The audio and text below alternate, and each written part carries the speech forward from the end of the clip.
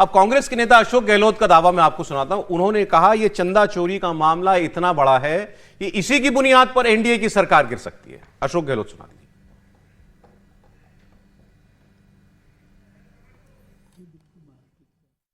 बहुत ज़्यादा इसको लेके आक्रोश है, गुस्से के अंदर है और ये इनको ले डूबेगा।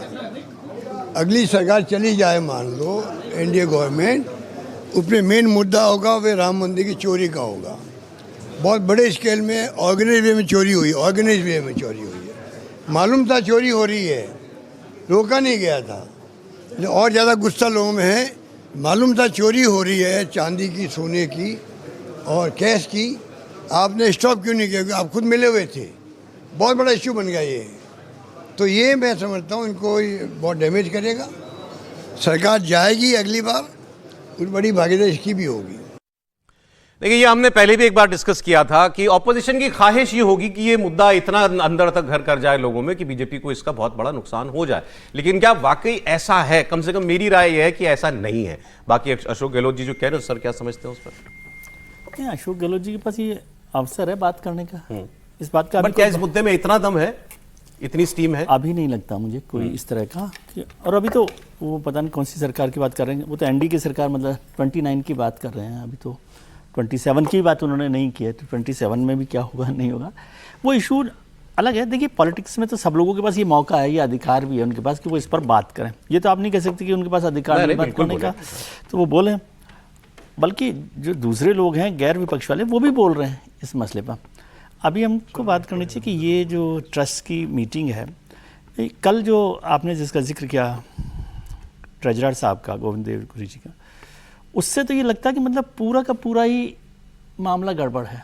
गड़बड़ मतलब कि कोई नियम कायदा नहीं चल रहा। वन मैन शो है सर, वन मैन शो है इसको। ठीक है, आपने ये बिल्कुल सही शब्द इस्तेमाल किया, वन मैन शो है। और जब कहीं भी किसी भी संस्था में वन मैन शो होता है तो उसमें गड़बड़ी की आशंकाएं बहुत ज़्यादा हो जाती हैं, क्योंकि अध्यक्ष जी जो हैं वो किसी तरह से एक्टिव नहीं है उसमें। कोषाध्यक्ष के साइन नहीं है यदि उसके बैंक के ट्रांजैक्शन में या किसी और पे, तो ये तो बड़ा मसला है। मतलब ये तो और गंभीर मसला है। सबसे भी चढ़ावा चोरी, कोई स्ट्रक्चर ही नहीं है, कोई व्यवस्था ही नहीं, कोई स्ट्रक्चर भी नहीं है। एसओपी की बात, हम वहां पर चढ़ावा की बात कर रहे थे, ये तो पूरे ट्रस्ट में ही कोई एसओपी नहीं है। और ये ट्रस्ट बना हुआ है सरकार की तरफ से, कोई ऐसा नहीं है कि घर की दुकान की तरफ से बना हुआ हो। अब सर देखिए, ऐसे मामलों पर आमतौर पर दो ही रिएक्शन होते हैं, या तो आप लिपापोती करते हो या बिल्कुल खुल के सबको सामने रख देते हो, साफ साफ। यहाँ क्या होगा? नहीं, मुझे बहुत साफ साफ होने की संभावना नहीं। और जब आप ये बता रहे हैं कि अगला महासचिव कौन होगा, अगला महासचिव तो बाद की बात है। पहले इसका हिसाब हो कि भाई क्या हो रहा है, क्या क्या गड़बड़ हुई। और मैं ये नहीं कह रहा कि उसको उस तरह से बैठक हो, लेकिन इन कैमरा मीटिंग होनी चाहिए, समझे। इन कैमरा मीटिंग का मतलब है कि उसका रिकॉर्ड पर रहेगा। ये नहीं है कि आपको भी बैठा ले, विजय त्रिवेदी को बैठा ले और वहाँ पर कोई धर्मशाला जैसा हो, लेकिन इन कैमरा मीटिंग हो और वो सब चीज़ें वहाँ पर रिकॉर्ड की जाए। और उसके बाद मेरी तो अब भी राय है, जब आप ये बात कहते हैं कि महासचिव ये बनेगा, इसका मतलब सरकार इस ट्रस्ट को भंग करने के मूड में नहीं है। और जब तक ट्रस्ट भंग नहीं किया जाएगा तो ये लीपापोती मैं समझूंगा।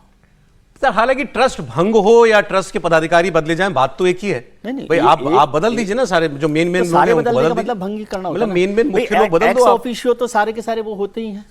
अरे ऐसे कोषाध्यक्ष की क्या जरूरत है जिसके साइन भी नहीं होते? मैं वही तो कह रहा हूं, वैसे ही कौन सा बहुत एक्टिव लोग दिखाई दे रहे हैं उसमें। तो इसलिए फिर जो जिम्मेदार लोग हैं उनको बदलिए आप, कोषाध्यक्ष भी बदलिए आप। सौरभ, जो ट्रस्ट डीड है उसमें कई ऐसे सदस्य हैं जो आजीवन ट्रस्टी हैं उसके, आप उनको हटा नहीं सकते हैं। वो जब तक हैं तब तक रहेंगे, बदल सकते हैं जब तक नहीं, कानून को बदलना कोई ऐसा मुश्किल काम थोड़ी है देश में। नहीं, जो ट्रस्ट डीड है ना, एक बार हो गया तो अब फिर उसमें चेंज करना, ये तो टेक्निकल बात है। अगर मन में हो किसी के कि नहीं बिल्कुल ही साफ कर देना है, जैसे पराशरन जी जो हैं वो आजीवन ट्रस्टी हैं, चंपत राय जी भी शायद आजीवन ट्रस्टी हैं, चंपत राय जी आजीवन है। तो उसमें ट्रस्ट डीड में आपको जब चेंज करना पड़ेगा तब चेंज करेंगे, उसके बाद ही ये संभव है। लेकिन सर कर देना चाहिए।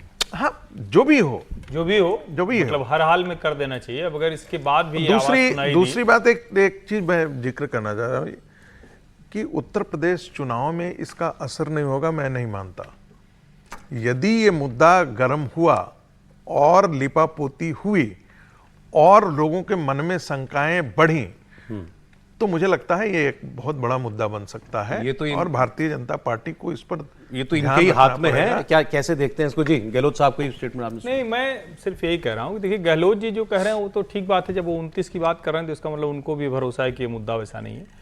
और चूंकि लोगों की आस्था, वो कोई ऐसा है कि आस्था समाप्त हो गई हो, वो डिग गई हो, ऐसा नहीं है। लोग वो उस तरह से हैं, लेकिन जिनके ऊपर आस्था समाप्त हुई है उनको अगर वो फिर से किसी भी स्थिति में, और मैं कह रहा हूं अगर कोई चलो नियम बना दिया था कि चंपत जी आजीवन रहेंगे, तो उस वक्त चंपत जी के जीवन को देखते हुए किया गया था। अब उनके ऊपर आरोप हैं। हम ये नहीं कह रहे हैं कि वो क्या है क्या, वो तो एसआईटी तय करेगी, वो तो जांच तय करेगी, वो तो न्यायालय तय करेगा। लेकिन जो चंपत राय जी की आज की स्थिति है, अनिल मिश्रा की आज की स्थिति है, इन लोगों को ट्रस्ट में किसी भी भूमिका में नहीं रहना चाहिए। एक लाइन की बात है।